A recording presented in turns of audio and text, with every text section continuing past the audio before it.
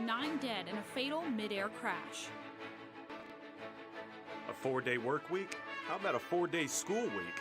Districts are facing that question statewide. The UNT men's basketball team play the game of their lives tonight in Las Vegas. Broadcasting live from the University of North Texas, this is ntTV Nightly News.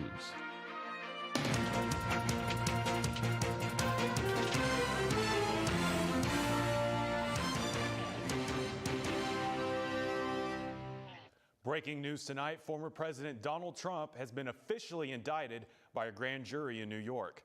A lawyer for Trump said the indictment charges involve hush money payments during Trump's 2016 presidential campaign. Those payments allegedly went to a former adult film star. This is the first time a president is the subject of a criminal case in our country. We'll bring you more updates as they arrive. And good evening. Thank you for joining us on ntTV Nightly News. I'm Gabby Cardin. And I'm Kyle Orr. 9 soldiers are confirmed dead after 2 helicopters with the 101st Airborne Division collided in southwestern Kentucky last night. The 2 HH-60 Blackhawks went down in Trigg County near the Tennessee border, according to Fort Campbell. Crew members were said to be flying during a routine training exercise when the incident occurred. The exact cause is unknown. However, poor visibility is believed to have played a part. Kentucky Governor Andy Beshear is visiting the site Thursday to share condolences with the families affected. Aviation safety is a critical component for commercial airlines as well. Today, the Texas government is looking into how its local airports can prevent future tragedies. Transportation Secretary Pete Buttigieg came to DFW yesterday to announce a nearly $29 million airfield safety project. ntTV's James Peeler is at the Denton Airport to discuss what the new project will do for DFW and other airports across the country. James? Thank you, Gabby. I'm here at the Denton Airport, and while it's a smaller airport than DFW, safety is just as important. Transportation Secretary Pete Buttigieg stopped at DFW yesterday to announce a $29 million safety project. This stop is one of many across the country, highlighting new investments from the FAA aimed at the prevention of aircraft collisions. For DFW, the project includes a southwest and around taxiway to reduce the need for aircraft to cross active runways. DFW isn't the only aircraft getting an update. The FAA has committed $180 million in the Northeast and Southwest United States. This comes after a number of close call collisions, including one at Austin and one at JFK. That's all from me. I'm going to fly back down the studio.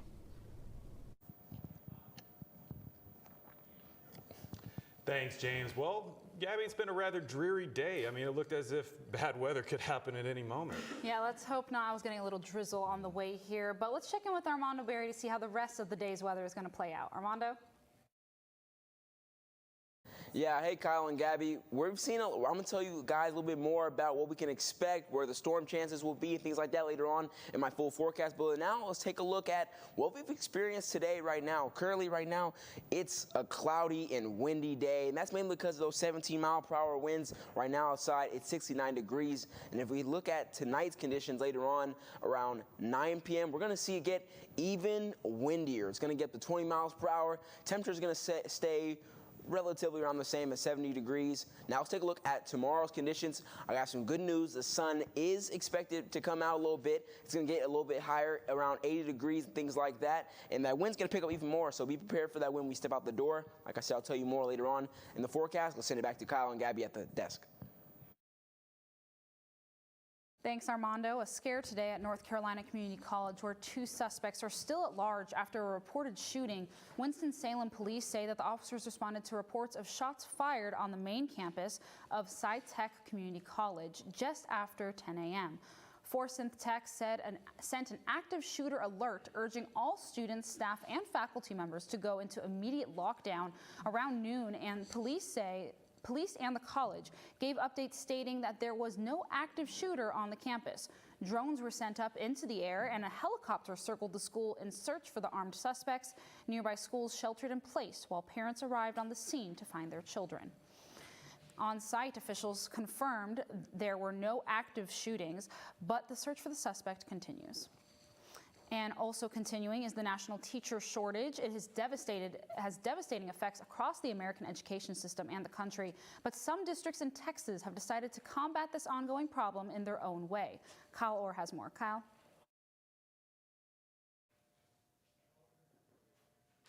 That's right, Gabby. There is almost universal agreement that the solution to the shortage of teachers across the nation is more funding. But when more money is seemingly nowhere in sight, 41 districts in Texas have decided that it's time to do away with 5-day school weeks. Crosby ISD in Northeast Harris County is the largest district in the state to recently approve 4-day school weeks. The time management is going to be so much better. But yeah, I think I would have stayed a little bit longer had I only had to do 4 days. A whole lot of us retired at the same time. And in the next couple of years, a bunch more retired. I think they would have stayed because now the teachers they have are all first year, second year teachers, and there are no experienced teachers on the campuses to mentor them. Here in North Texas, Chico ISD Superintendent Randy Bronner is in full support of the 4-day work week, which is only in its second semester. One of the big programs we got in our high school especially is our dual credit program. And a lot of our kids say, hey man, that gives me Friday, because some of our kids are taking 8 classes plus 9 hours of college in a semester. So they're bearing down on Fridays doing their college stuff. Those kids may be doing 20 different things. Well, having that extra day to not be running and going crazy helps, because our kids get stressed out too. But there are some educators who are against this shift. So when I hear districts talking about this and the reason they're doing it is to attract and retain teachers, I'm not sure that's a deep enough reason to make it work. And I think schools would really have to think about, what are you going to do with the kids on that 5th day when parents have to go to work? But I really don't think it's going to attract any more teachers than, I don't think it's going to be a tool that attracts teachers. Okay. It should be done because it's going to fit the whole community. Parents, businesses, kids, it's going to fit everybody. But what about those people who want to become teachers? When we come back from the break, I spoke with a few aspiring educators from UNT to get their thoughts on the 4-day school week. Stay with us. Did you know you have access to video equipment like DVDs, video games, and cameras? That's right, you do. Come on down to Chilton Library and fulfill your media dream. Located on the bottom floor next to the student sculpture. Hope to see you there soon. Hey girl, you know you look good. I like the way you move and groove. I'm not sure.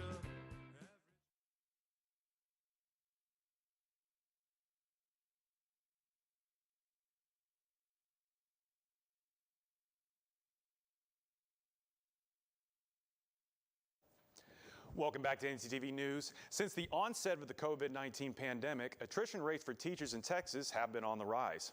While many across the state have already voiced their opinions for a 4-day school week, aspiring educators at UNT have their own thoughts on these new changes in the Texas education system.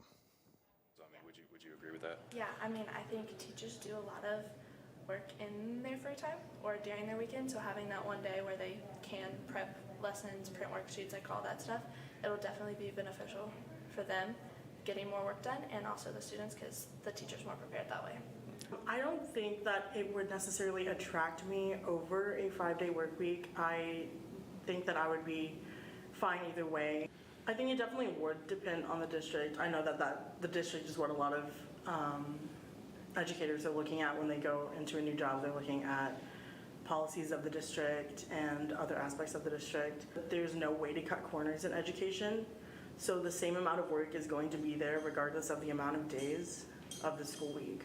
I prefer a 5-day work week because if you have a 4-day work week, you have longer days and also you are spending more time cramming your planning into 4 days rather than having an additional day to kind of like continue that like progress. Whereas if you have one single day where you get to do all of your planning in 1 week, you're spending your entire day working still, even though you're technically off of work. So if you're still working all the 5 days, you're progressing in the curriculum, but you're not like taking away from student time?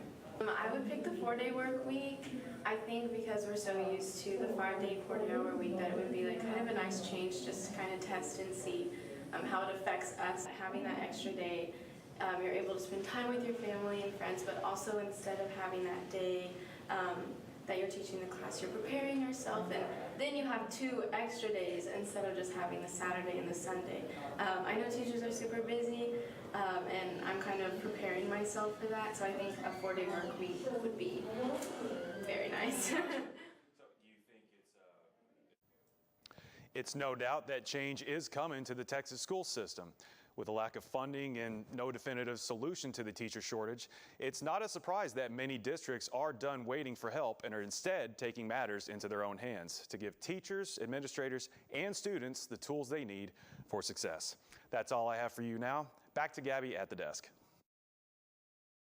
Thanks, Kyle. Regardless of how many days students attend school, the end result that matters is their future. But no matter what, that decision is costly. ntTV's Macy Terry has more on what majors you may want to consider. Macy?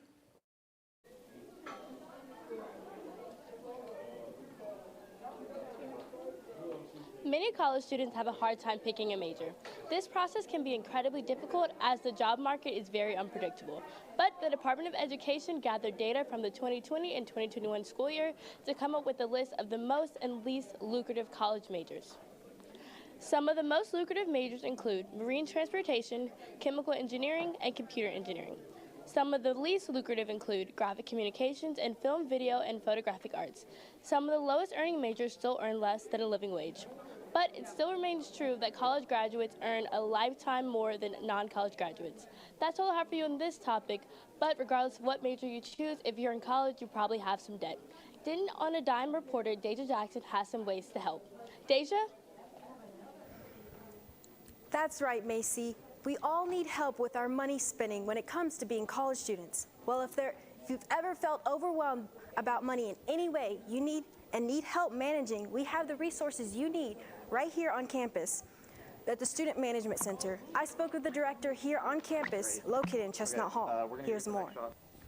Here at the Student Money Management Center, we are redefining student success outside of the traditional academic models, because life skills, especially when it comes to managing money, are important skills that all students need to attain, strengthen, and expand for the next important transition period in their lives, which is entering either graduate school or the workforce as successful.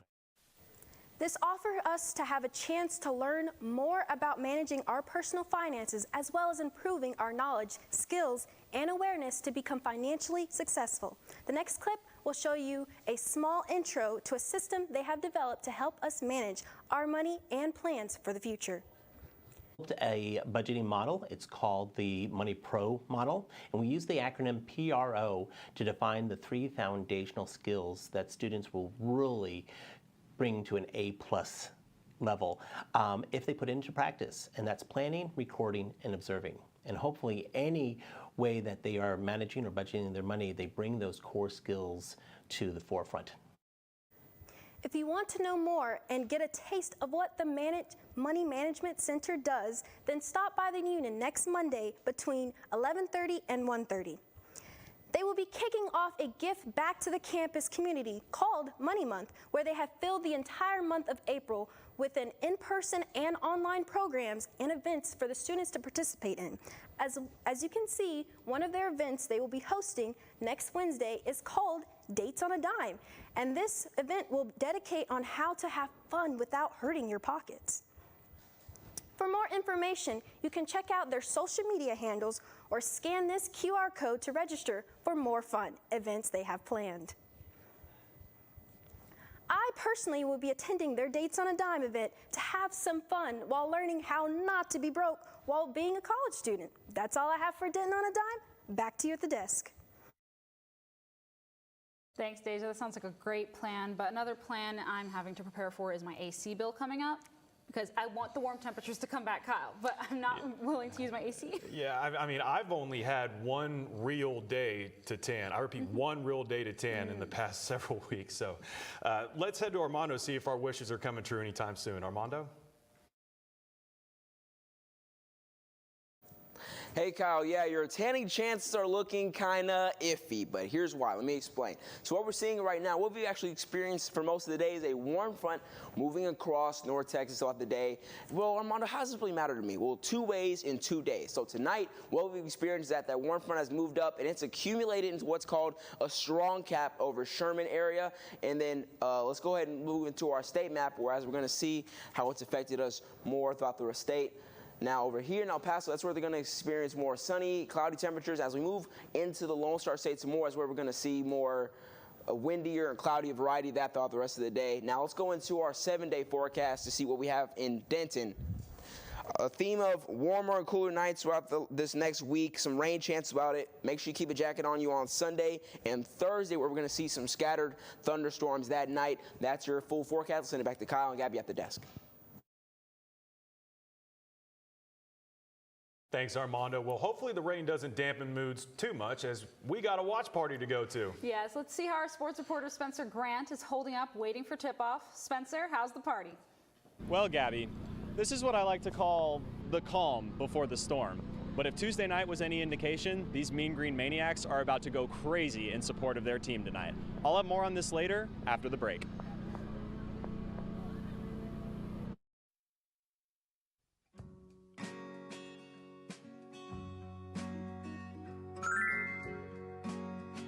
I'm here to rescue you. Oh, my prince. No so fast.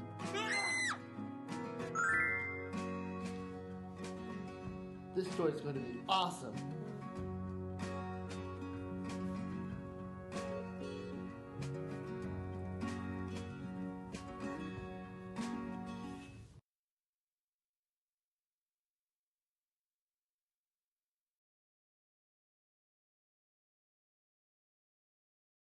UNT University Day is coming up very soon, and the celebrations will take place right here on campus. The large bash will be filled with food, music, and of course, excitement for those on campus. Sierra Pope has more on this event. Sierra?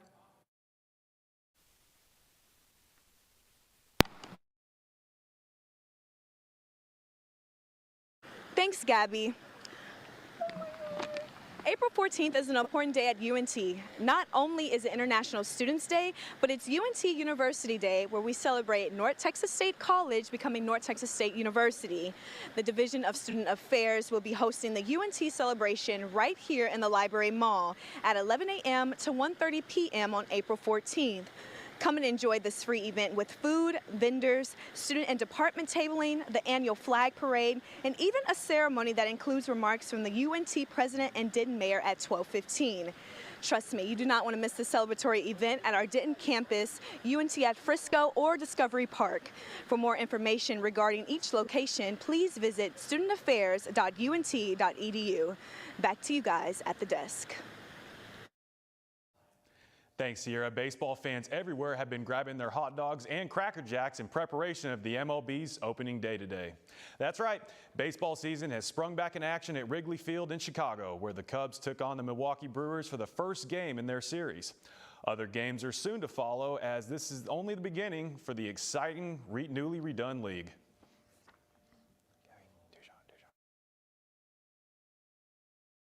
Now, I know I didn't have much time to catch the game today, but something I am looking forward to is the basketball matchup tonight with our Mean Green basketball team. Absolutely. Let's go over to Spencer Grant, who is at the East Side Bar, to tell us more about the upcoming event. Spencer?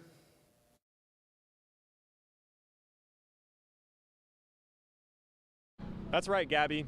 It's Championship Thursday, and I can't wait to tell you more about tonight's rivalry after the break. Stay with us.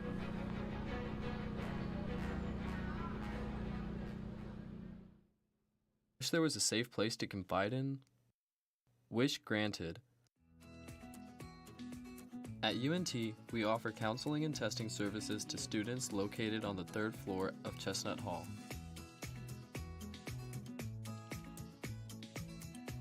UNT, we're here for you.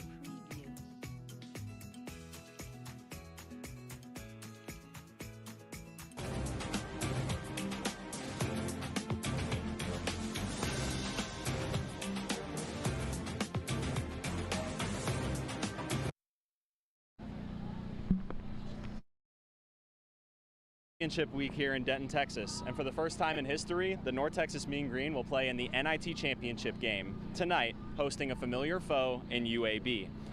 The UNT swept the Blazers in the regular season, but UAB defeated the Mean Green in the Conference USA tournament. Having two Conference USA teams in the championship sets an extra exciting stage for tonight's revenge game, and I can hardly contain my excitement.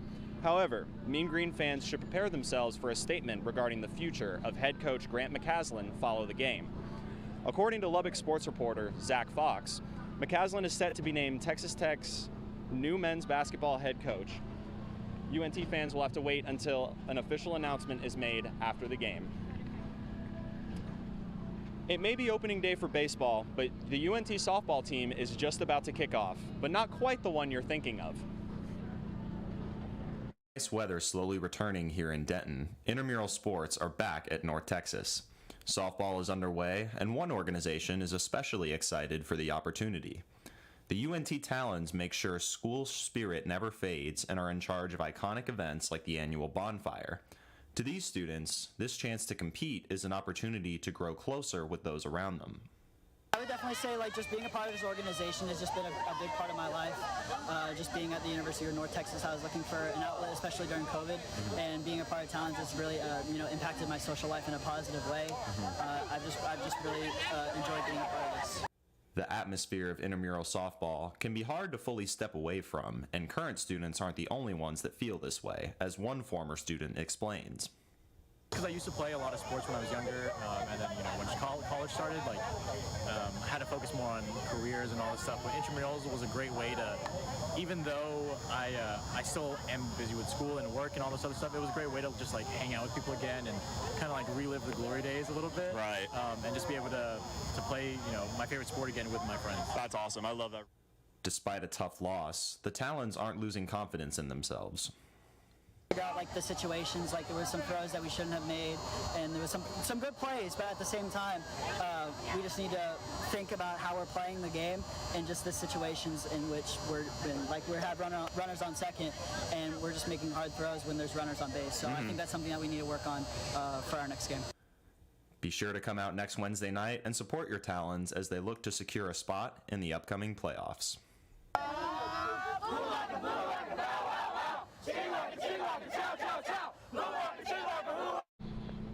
Two softball teams and the NIT? I don't know about you guys, but my school spirit is through the roof right now. Back to you guys at the desk, and go Mean Green. Thanks, Spencer. And I know plenty of us have heard about the UNT basketball team, but Kyle, have you ever heard of a town called Los Ibanes? No, can't say that I have. You probably haven't, because according to Reader's Digest, it's officially the smallest town in the state of Texas with a whopping 19 residents. Wow, and I thought I was from a small town. I mean, I wonder what the nightlife is like. Probably shucking corn and sitting on the porch. Well, I mean, you don't know until you've been there, but if you think that's small, wait until you hear about the Carbonate, Colorado is the smallest town in the country with a population of 0. Yes, 0. I mean, I don't even know what census would look like for that. That's even more porch sitting. Oh, okay, Kyle. Well, it's not a ghost town. It could be a ghost town. I guess so. But thank you for joining ntTV Nightly News. Join us again next week here on North Texas Television.